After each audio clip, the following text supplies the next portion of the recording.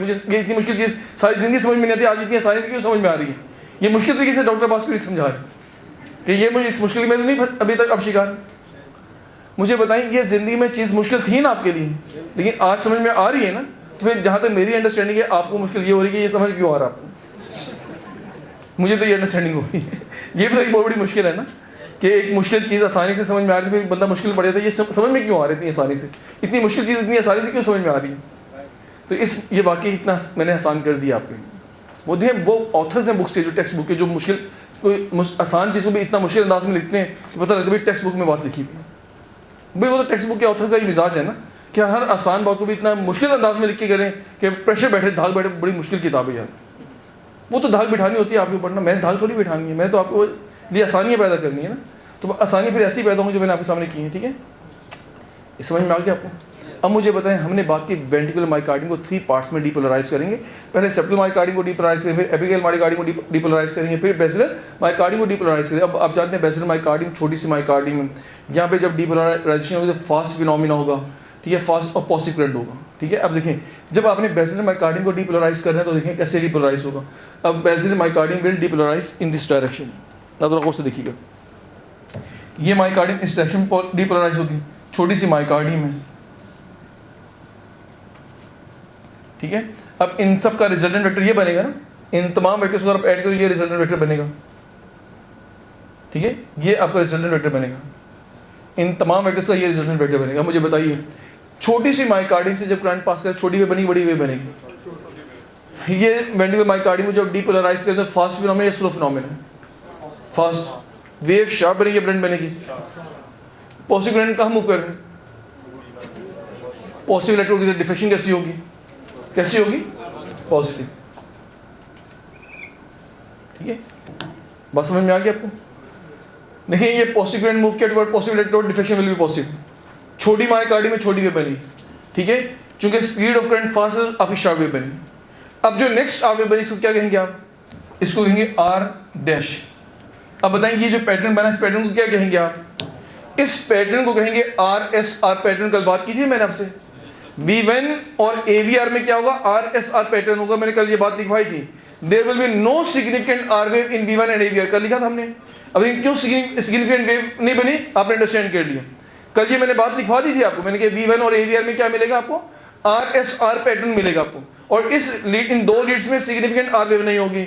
और मैंने कल बात लिखवाई थी कि जब इन दो लीड्स में सिग्निफिकेंट अगर आर वेव होगी, उसका डिफरेंशियल वही होगा जो राइट एक्सिस डेविएशन का डिफरेंशियल था। दिखवा दी थी ना कल मैंने आपको, ठीक है। नेक्स्ट देखिए, अब देखिए इवेंट हुआ, इन दो लीड्स ने इस इवेंट को रिपोर्ट किया एज अ पॉजिटिव इवेंट। अब ये इवेंट को, ये जो आपके इलेक्ट्रोड्स हैं, ये इसको कैसे देखेंगे? नेगेटिवली देखेंगे ना। तो बताइए, जब ये पॉजिटिव करंट इनसे अवे मूव करे, डिफ्लेक्शन कैसी होगी? नेगेटिव। शार्प या ब्लेंड? शार्प। अब मुझे बताइए, फास्ट, चूंकि मायोकार्डियम छोटी, तो वेव कैसी बनेगी? छोटी बनेगी। अब देखिए, ये नेगेटिव भी होगी, छोटी भी होगी, शार्प भी होगी। अब इसको क्या कहेंगे आप? First negative deflection after R wave will be labelled as S wave. देखिए, एस वेव की डेफिनेशन है ये। देखिए, first negative deflection after R wave, जब भी आर वेव के बाद जो पहली नेगेटिव डिफ्लेक्शन आएगी उसे क्या कहेंगे आप? एस वेव कहेंगे आप। देखिए, यहाँ पे भी वैसे ही है, आर वेव के बाद पहली नेगेटिव डिफ्लेक्शन को आप एस वेव कहेंगे आप। ये चीज क्लियर हो गया आपको? तो मुझे बताइए, ये क्या बना? बस पूरी मायोकार्डियम डीपोलराइज हो गई ना। तो मुझे बताएं, आप यही कहते हैं ना, Q R S complex mean ventricular depolarisation. तो मुझे बताएं, अगर आपसे आज के बाद कोई पूछे वेंट्रिकुलर मायोकार्डियम जब डीपोलराइज हुई तो सिंगल वेव क्यों नहीं बनती, 3 वेव्स क्यों बनती हैं? अब आपको समझ में आ गया आपको? क्योंकि whole ventricular myocardium will depolarise in 3 segments. पूरी मायोकार्डियम साइमल्टेनियसली डीपोलराइज नहीं करती। Ventricular myocardium used to depolarise in 3 segments. पहले क्या डीपोलराइज करेगा? सेप्टल मायोकार्डियम डीपोलराइज करेगी, फिर एपिकल मायोकार्डियम डीपोलराइज करेगी, फिर बेसिलर मायोकार्डियम डीपोलराइज करेगी। इन 3 डीपोलराइजेशन को V1 और AVR ऐसे रिपोर्ट करेंगे, और इन 3 इवेंट्स को ये तमाम बाकी लीड्स ऐसे रिपोर्ट करेंगे, क्यूआरएस कॉम्प्लेक्स से तो भी रिपोर्ट करेंगे। देखिए, V1 और AVR को निकाल के बाकी तमाम जो लीड्स हैं वो इन्हीं इवेंट को सेम रिपोर्ट कर रहे हैं। पॉइंट क्लियर हो गया आपको? तो इवेंट हुए, इन्होंने जब देखा तो इन्होंने अपने एंगल से रिपोर्ट किया, उन्होंने जब देखा तो उन्होंने अपने एंगल से रिपोर्ट किया। पॉइंट क्लियर हो गया आपको? यहाँ पे RS पैटर्न, वहाँ पे क्यूआरएस कॉम्प्लेक्स। अब मुझे पता है, जब होल मायोकार्डियम डीपोलराइज हो गई है, तो अब आप जानते हैं जब once whole myocardium will be depolarised, once whole myocardium will be depolarised then it will remain depolarised for a while. फिर ये कुछ टाइम के लिए डीपोलराइज ही रहेगी, और जिस टाइम के लिए जब वो डीपोलराइज रहेगी तो करंट कहीं मूव नहीं कर रहा होगा, तो फिर स्ट्रेट लाइन मिलेगी ना। अब बताइए नेक्स्ट क्या है, स्ट्रेट लाइन मिलेगी आपको यहाँ पे भी और वहाँ पे भी, दोनों जगहों पे आपको स्ट्रेट लाइन मिलेगी। देखिए स्ट्रेट लाइन यहाँ पे भी मिलेगी आपको और यहाँ पे भी स्ट्रेट लाइन मिलेगी आपको, ठीक है। अब मुझे बताइए अब क्या होगा इसके बाद, अब इसके बाद क्या होगा, अब पूरी मायोकार्डियम जो है ना, ventricular myocardium, whole myocardium will repolarise simultaneously. सुन लीजिए फिर लिखिएगा आप। देखिए आपने देखा वेंट्रिकुलर मायोकार्डियम को 3 सेगमेंट में डीपोलराइज किया आपने, वेंट्रिकुलर मायोकार्डियम को 3 सेगमेंट में डीपोलराइज किया, लेकिन जब रीपोलराइजेशन की बारी आएगी तो whole ventricular myocardium will repolarise simultaneously. एक साइड बाय साइड लिख लीजिए आप, whole ventricular myocardium will repolarise simultaneously, लिख लीजिए अभी।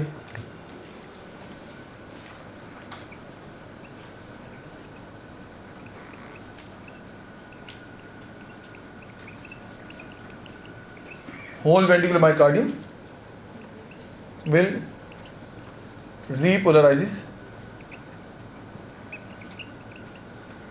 simultaneously।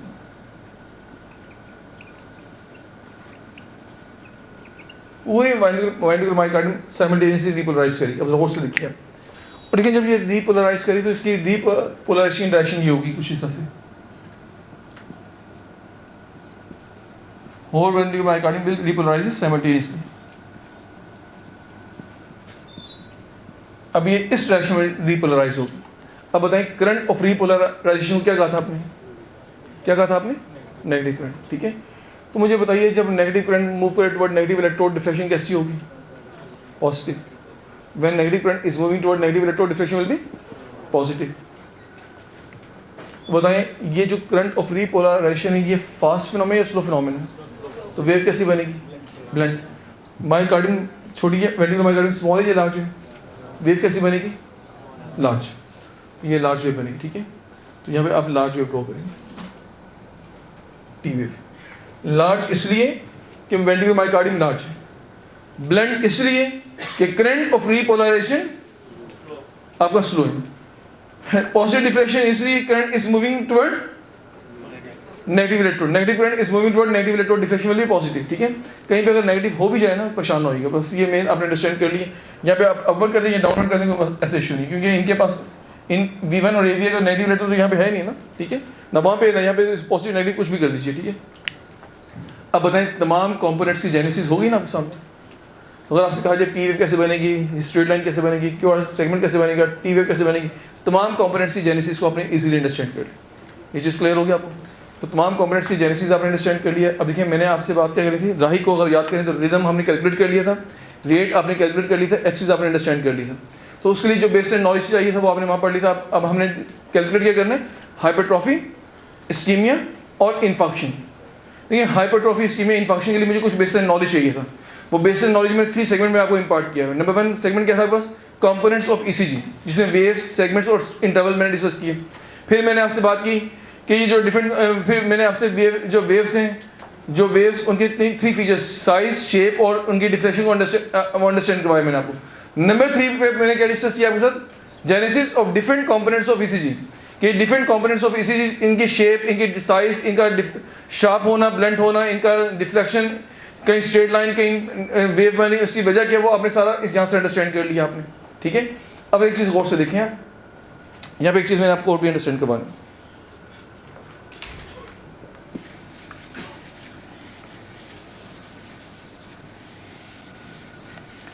अब गौर से देखिए आप,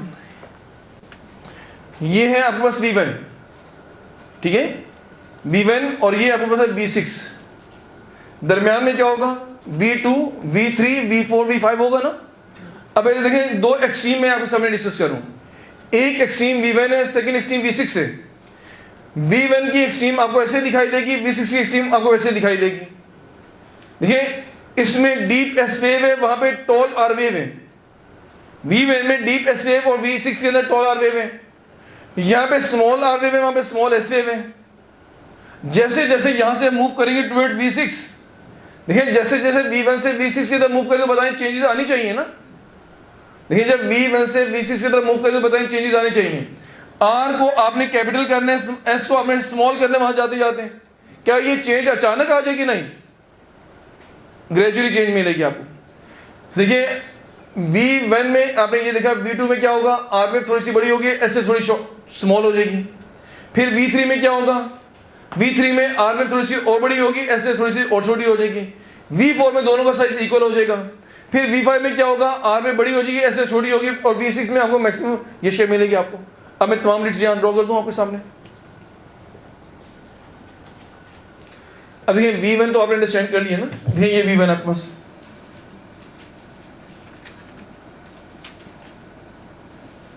ये आपके पास V1 है, ठीक है। अब नेक्स्ट क्या होगा, ये V2 होगी।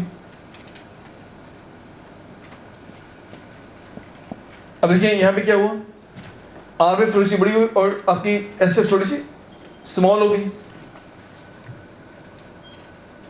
देखिए यहाँ पे S वेव और यहाँ पे S वेव का डिफरेंस दिखाई दे रहा है आपको, यहाँ पे R वेव और यहाँ पे R वेव का डिफरेंस दिखाई दे रहा है आपको। ग्रेजुअली R वेव बड़ी होगी, S वेव साइज में छोटी होती चली जाएगी। अब V3 में क्या मिलेगा आपको,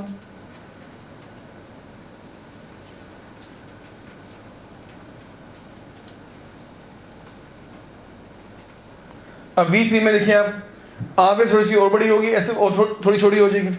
अब V4 में दोनों का साइज ऑलमोस्ट इक्वल हो जाएगा।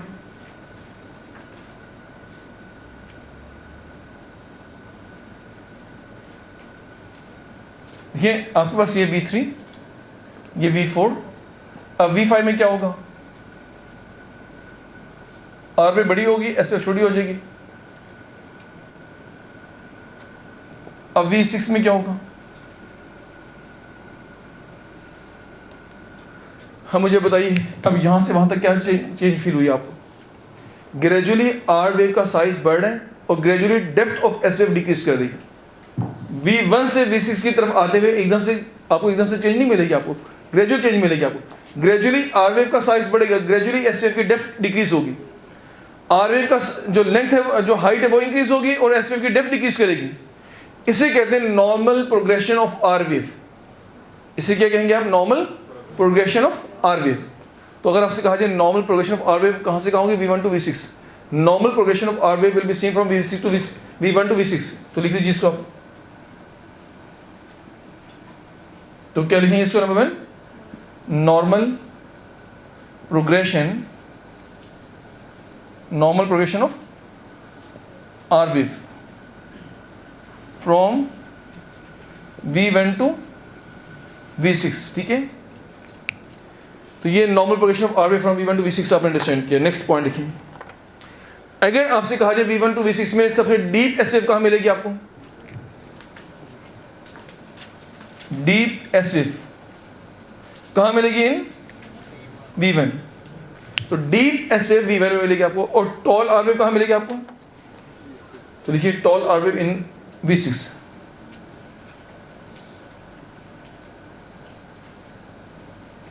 इन V6 ये नॉर्मल फिजिक्स आप अंडरस्टैंड करें इसी चीज, ठीक है। देखिए इसी चीज के अंदर बेपनाह आपके पास नॉर्मल जो वेरिएशंस हैं, नॉर्मल वेरिएशंस बेतहाशा। ये मैं वो आपके साथ डिस्कस करूँ जो मोस्ट कॉमनली आपको मिलती है आपको इसी चीज, ठीक है। तो बेपनाह आपको नॉर्मल वेरिएशंस मिलेंगी आपको। तो जब आप डिफरेंट बुक्स पढ़ेंगे इसी चीज की तो उनमें आपको तमाम वेरिएशन मिलेंगी आपको।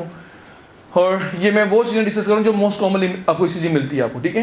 तो ये आपने normal progression of R wave V1 to V6 भी नोट कर लिया आपने। और आपसे कहा जाए डीप S वेव कहाँ मिले तो बताएंगे V1 में, और टॉल R वेव कहाँ मिलेगी आपको, V6 में।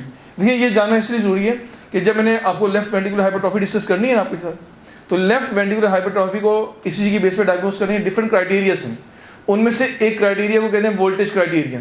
अब वोल्टेज क्राइटेरिया में क्या होगा, सुन लीजिए, डिटेल से बाद में बात करेंगे। वोल्टेज क्राइटेरिया में क्या होगा, आप S वेव की डेप्थ काउंट करते हैं, S वेव की डेप्थ काउंट करते हैं V1 में, और R वेव की हाइट काउंट करते हैं आप V6 में।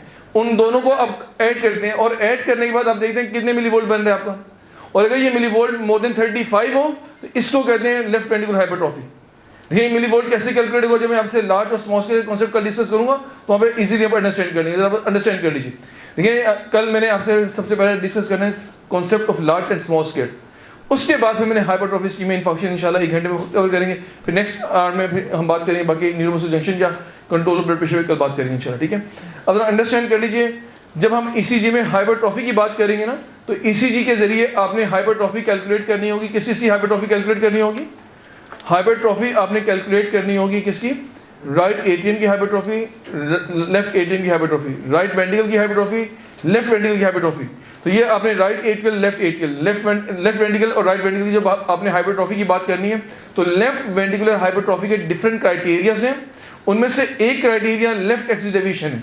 जब भी लेफ्ट वेंट्रिकुलर हाइपरट्रॉफी होगी, तो कल आपने पढ़ा था लेफ्ट एक्सिस डेविएशन होगा। तो लेफ्ट वेंट्रिकुलर हाइपरट्रॉफी जो सेकंड क्राइटेरिया उसको वोल्टेज क्राइटेरिया कहते हैं। तो कल वोल्टेज क्राइटेरिया में आपको लिखा दूंगा। वोल्टेज क्राइटेरिया में क्या करना होगा आपको? वोल्टेज क्राइटेरिया में आपने एस वेव की डेप्थ इन V1 कैलकुलेट करनी होगी और हाइट आपने आर वेव की V6 में कैलकुलेट करनी होगी in term of small square. जरा सुन लीजिए, देखिए इसकी जो ये फर्स्ट डेप्थ है, ये स्मॉल स्केयर 1 2 3 4 5 6, देखिए ये स्मॉल स्केयर बन गए ना आपके पास। ये first small square, second small square, third, fourth, fifth, six, तो बताएं 6 स्मॉल स्केयर बन गए आपके पास। बताएं अगर आपसे कहा जाए V1 में इस टाइम आपकी एस वेव की डेप्थ कितनी है, तो क्या कहेंगे आप? 6 स्मॉल स्केयर। आप जानते हैं 1 small square will be equal to 1 millivolt.